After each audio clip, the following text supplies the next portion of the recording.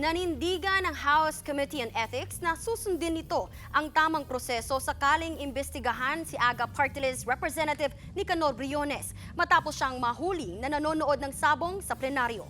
Narito ang aking report.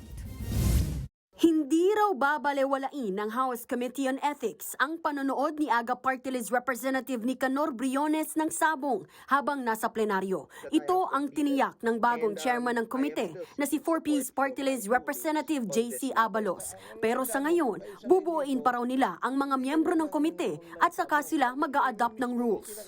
Kung may pagkakamali po, meron po tayong tamang paraan ng pagwawasto. Hindi po natin pinabaliwala o babaliwalain ang insidenteng ito. We can't afford to right a wrong with another wrong.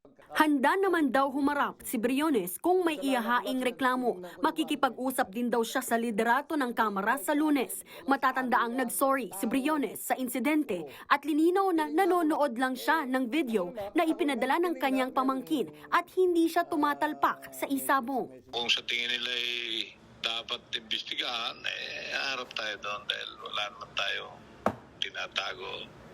Malinis konsensya natin. Samantala, isinusulong din ni Abalos ang pagbuo ng non-political body para tumulong sa Ethics Committee kung may reklamong ihahain laban sa mga kongresista. I want ethical complaints to be decided with utmost integrity and accountability without any political color. Mga kapatid, Mean Los Baños po, huwag magpahuli sa mga balita at impormasyong dapat ninyong malaman. Para sa mas malawak na balitaan at diskusyon, mag-follow at mag-subscribe na sa social media pages ng News 5.